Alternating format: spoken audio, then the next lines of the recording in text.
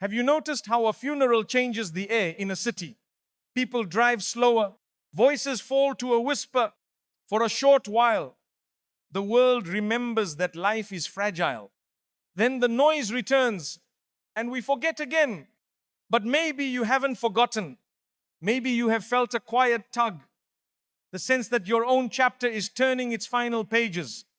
It can be frightening, yet it can also be a mercy because awareness is a gift that helps the heart prepare. Tonight, let us sit together calmly, kindly, and look for 7 gentle signs that a believer might be approaching the end of this worldly journey. These signs are not a verdict. They are lanterns on the road, reminders to turn back to Allah before the last breath leaves the lips. Sign 1, a sudden softness of heart. There are moments in life when something shifts deep inside your heart. You might not even notice it at first, but then suddenly things that never used to move you do. You hear the Quran being recited, and instead of just listening with your ears, you feel it land in your chest. A verse you've heard 100 times before now makes you pause, cry, reflect. You don't even know why, but your eyes fill with tears and your heart feels soft, almost broken, but in a good way. It might be something small, a baby's smile that reminds you of innocence, a calm breeze brushing your face that makes you think of Allah's mercy. Or maybe it's just the adhan, the call to prayer echoing in the distance, and for once you stop what you're doing and just listen, and it stirs something in you. You feel emotional, you feel grateful, you feel awake. That, my brother, my sister, that is not random, that is not weakness, that is not mood, that is rahmah, mercy, a gift from Allah. It means the heart is waking up. It means your soul is starting to remember what it was created for. Many people live their whole lives with hearts that are hard, untouched, distracted. Nothing affects them, nothing moves them. But if you find your heart softening, it means Allah is allowing you to feel what truly matters again. He is giving you a moment to return before the final return. It's like a gentle knock on the door of your soul. That softness, use it. Don't let it fade. Don't let the noise of the world cover it up again. When your heart feels this way, run toward Allah. Say astaghfirullah. Cry in sujood. Talk to Him, even if you don't know what to say. Just be real with Him. Sometimes these moments are rare. Sometimes they come before major changes in your life. And sometimes they come to prepare you for your final moments, your meeting with the one who gave you this heart in the first place. So don't ignore it. Don't waste it. When your heart starts to feel again, it's not weakness. It's a signal, a gentle, sacred reminder. You are still alive. Your heart is still beating. And your soul still has a chance. Sign 2, a powerful pull towards salah. There comes a time in your life when something changes quietly but deeply. You used to struggle to wake up for Fajr. You would turn off the alarm, roll over, and tell yourself just 5 more minutes. And most of the time, those 5 minutes turned into missing the prayer entirely. But then without anyone pushing you, without anyone reminding you, your heart starts to feel different. The alarm goes off, and this time you don't fight it, you rise. Your body may still feel sleepy, but something inside you is already awake. You walk to make wudu, and there's no laziness, just peace. It's like something invisible is pulling you to the prayer mat. Not out of guilt, not out of habit, but out of love, out of longing. This is not something you forced. This is Allah calling you back. This is Allah choosing you gently, quietly to stand before Him before the world wakes up. Fajr becomes your moment of peace, not your struggle. The sujood, placing your head on the ground, feels like coming home. You stay there longer than usual. You cry, or maybe you don't. But inside something feels calm, whole, honest. The Prophet Muhammad ﷺ said, the closest a servant is to his Lord is in sujood.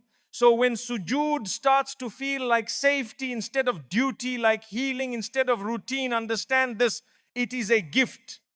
Not everyone gets it. Not everyone answers the call when it comes. But if you feel this pull towards salah, especially when no one is watching, it means Allah wants you near. It means He is giving you a private moment with Him before He calls you to your final meeting. So take it seriously. If you're finding yourself drawn to salah, if the prayer mat feels like comfort, if your day doesn't feel right without talking to Allah Haven, if it's just 2 minutes of whispering in sujood, then no, you are being guided. You are being prepared. And the one preparing you is the most merciful, who never turns away a heart that sincerely returns to Him. Sign 3, tiredness with empty talk. Sometimes you find yourself in the same places, around the same people, hearing the same kind of talk, but something feels different now. You're sitting among friends, they're laughing, talking, making jokes like always. But you don't feel like laughing, you try to smile, but it feels forced. Inside, you feel distant, like you've outgrown something you didn't even realize you were part of. They talk about people, gossip, drama, who's doing what, but your heart doesn't enjoy it anymore. It almost aches. The words feel heavy, tasteless. You sit there thinking, why are we even talking about this? What's the point? The jokes that once made you laugh now sound empty.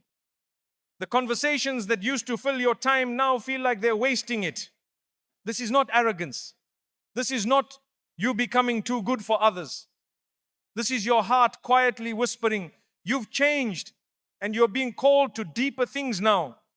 Allah is softening you. You're beginning to care about what comes after this life. Your heart is no longer satisfied with small talk. It craves meaning. It wants to remember Allah. It wants to speak about things that matter, things that last, deeds, forgiveness, the day you return to Him. Jannah. These aren't just ideas anymore. They feel real to you now, important. So when you feel this shift, don't ignore it. Don't drown it in noise just to fit in again. Listen to it. Protect that feeling. Because that's how Allah pulls a person closer to Him gently, without force. You start to feel uncomfortable in places that used to feel fun. You begin to seek quieter moments. You want to be around people who remind you of the Akhirah, not the dunya. And when you do speak, you find yourself wanting to say things that help, that heal, that matter. You'd rather be silent than say something that could harm someone. That is a sign of maturity, not just of the mind, but of the soul. When your heart no longer finds joy in useless words, it's a sign that Allah is polishing it, preparing it for something higher. Don't ignore that pull. Let your speech rise with your heart. Because the tongue is a reflection of what lives inside. And when the heart remembers Allah, the words naturally follow. Sign 4, an urgent need to seek forgiveness. There comes a point when your heart begins to feel heavy, not because of what others did to you, but because of what you may have done to others. You start to remember things you had buried deep, words you spoke in anger, a friend you hurt but never apologized to, a debt you never repaid, or a favor someone did for you that you never thanked them for. And now, these memories don't just pass through your mind, they linger. They knock gently but persistently, like they're asking you to do something before time runs out. This is not just guilt, it's not random. It's a sign, a gift, a whisper from Allah telling you to clean your record before it's sealed for good. You may find yourself suddenly wanting to send the message to someone you haven't spoken to in years. You might feel a strange discomfort every time you remember that unpaid loan, or how you never gave proper thanks to someone who helped you when you were struggling. That discomfort, that restlessness in your soul, it's mercy. It's Allah giving you the chance to make things right while you still can. The Prophet Muhammad ﷺ said, whoever wrongs his brother, let him seek pardon from him today, before a day when there will be no dinar, no dirham. That means settle your debts now. Not just the financial ones, but also the emotional ones. Because on the day of judgment, we won't be paying each other back with money. We'll be paying with deeds, prayers, fasting, charity. All of it could be taken from you to pay for the harm you caused if you didn't make it right here. So when you feel the sudden urge to ask someone for forgiveness, don't ignore it. Don't tell yourself it's too late or too awkward. Allah's giving you a window to lighten your load. He's guiding your heart to peace before it faces Him. Even if the person never responds, even if they don't forgive you, what matters is that you tried, that you humbled yourself, that you cared enough to do your part. Because the day is coming when the book will be closed And on that day, you'll be grateful you responded when your heart told you to make things right. So if you're remembering someone you hurt or something you left unsettled, don't delay. While today is still in your hands, use it. It might be your last chance to heal a wound before it testifies against you. Sign 5, rekindling broken family ties. Sometimes out of nowhere, you start thinking about someone from your family that you haven't spoken to in a long time. Maybe it was an argument that ended in silence. Maybe harsh words were said. Maybe you blocked them out of your life because it just felt easier. But now their name suddenly brings a feeling you can't ignore. Not anger, not pride, but something softer, heavier. A sense that it's time to fix what was broken. You start remembering moments from the past, the times they were there for you, the laughter you once shared, the way your hearts were connected before things fell apart. And even if you try to push the thoughts away, they keep coming back. Every time you lie down to rest, the silence feels louder. It's not just regret. It's a quiet, sincere invitation from Allah to reconnect before time runs out. You notice it's no longer as hard to say, I'm sorry, as it used to be. Your pride doesn't argue as much. Your ego feels smaller. The peace you're seeking means more than the last word you spoke. This shift in your heart is not random. It's not weakness. It's a beautiful sign that Allah is softening your heart for a reason.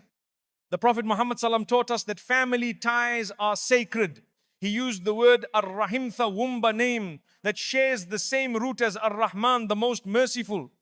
That alone tells us how much importance Allah places on maintaining family relationships. When you cut off a family member, you are cutting off a path to Allah's mercy.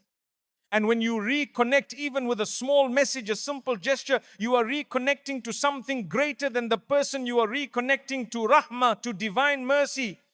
Sometimes the person you need to reach out to is the one you least want to face. But the heaviness in your heart is a sign that Allah wants to heal you through that very act. He is giving you a chance to take a step toward peace in this world and peace in the next. So if your heart feels that urgency to fix something, to reach out, to rebuild what was once broken, then delay it. Don't wait for a perfect moment. Life moves fast, and sometimes the door of opportunity doesn't stay open forever. One message, one phone call, one honest apology can change everything. And maybe, just maybe, that one act of humility and courage will be the reason Allah looks at you with extra mercy on the day when you need it most. Sign 6, frequent encounters with death reminders. Lately, it feels as if death keeps walking beside you. One week, you are praying janazah behind someone much older, and you nod. That is the circle of life. The next week, you are standing over the grave of a classmate, a neighbor, someone who smiled at you just a few days ago. The gap between him and me suddenly looks thin, almost invisible. You scroll your phone and see post after post, Inna lillahi wa inna ilayhi raji'un. Your mind drifts to the faces of people you love and then quietly to your own face. You wonder, if I left today, what would I leave behind? The reminders do not stop at headlines. They visit your sleep. You dream of washing a body, or you see yourself lowered into the earth. Sometimes you wake up in the dark, heart racing, half ready to recite the Shahada. Other times, during a quiet drive, you catch yourself planning who should receive your books, who should care for your parents, how your debts will be paid. These thoughts are not morbid, they are mercy. Allah is tilting the mirror so you can see the reality everyone else is too distracted to notice. Each reminder feels like a soft nudge. Pack your suitcase, the ticket is confirmed, only the departure time is hidden. So you start checking the pockets of your life. Are there prayers missing? Debts unpaid? Words you need to say to someone before silence takes over? The Quran repeats, every soul shall taste death. Taste is only a moment. After that moment, the next world begins, and the plate you bring forward will be filled only with your deeds. The Prophet ﷺ told us, remember often the destroyer of pleasure's death, not to make us sad, but to polish our priorities. When the heart remembers the grave, grudges feel heavy, gossip sounds silly, and sins lose their shine. You find yourself choosing kindness because you may never get a second chance to fix a harsh word. You give charity because money looks safer in your book of deeds than in your bank account. You pray Fajr on time because you don't know if you will live to see the sunrise tomorrow. If funeral notices keep knocking on your door, open it. Let the lesson enter. Let it clean the dust of your intentions. Death is not the end, it is the border crossing. The wise traveler uses every breath here to make the welcome on the other side warm and bright. May these constant reminders not frighten you, but free you to live sincerely, love quickly, forgive easily, and meet Allah with a heart that is light. Sign 7, a quiet contentment with meeting Allah. There may come a day when you sit alone and feel something you cannot quite name. You have hopes, you have plans, but they seem lighter now, like suitcases you could set down at any moment. It is not depression and it is not laziness. It is a gentle stillness. You look at your achievements on earth and they feel small next to the thought of standing before the one who created you. Of course, there is a splash of fear. Every student feels nervous before the final exam, but beneath that tremble sits an unexpected peace, a quiet alhamdulillah that rises from the soul itself. This calm does not mean you dislike life. You still smile at children, you still sip tea with joy, you still work hard. But you see these moments as gifts on a journey rather than trophies to cling to. When someone praises you, the heart replies, all credit belongs to Allah. When someone offends you, the heart says, let it go. I am almost home. You begin to measure your day, not by how much wealth you earned, but by how many times your tongue remembered Allah, how many people you helped, how many sins you pushed away, even when no one was watching. You find yourself drawn to quiet acts of worship. Dhikr feels like breathing fresh air. 2 extra raka'at after Isha feels sweeter than another hour scrolling a screen. Charity slips from your hand more easily because you trust that nothing you give in His path is ever lost. When you raise your hands in dua, you do not bargain the way you once did. Instead, you say, Ya Allah, if you are pleased with me, that is enough. The Prophet ﷺ said, whoever loves to meet Allah, Allah loves to meet him. When that love begins to bloom, do not hide it and do not be ashamed. Feed it with Quran at dawn, with istighfar at dusk, with a smile to someone who needs hope. Remember the verse where Allah promises, for the friends of Allah there will be no fear nor will they grieve. Fear exists, yes, but grief melts because you know the destination is mercy. Picture a traveler who has finished packing. The ticket is booked, the bags are zipped, and the house is in order. He still enjoys the last evening with his family, but his heart is already at the gate, excited for the journey. This is not surrendering to failure, it is graduating with grace. If you feel that readiness, thank Allah for polishing your heart until He could see His reflection inside it. Keep it shining with dhikr and good deeds, and when the time arrives, you will step forward not as someone losing the world, but as someone finally returning to the most loving host who has been waiting all along. My beloved listener, if you recognize even one of these signs, do not panic, respond.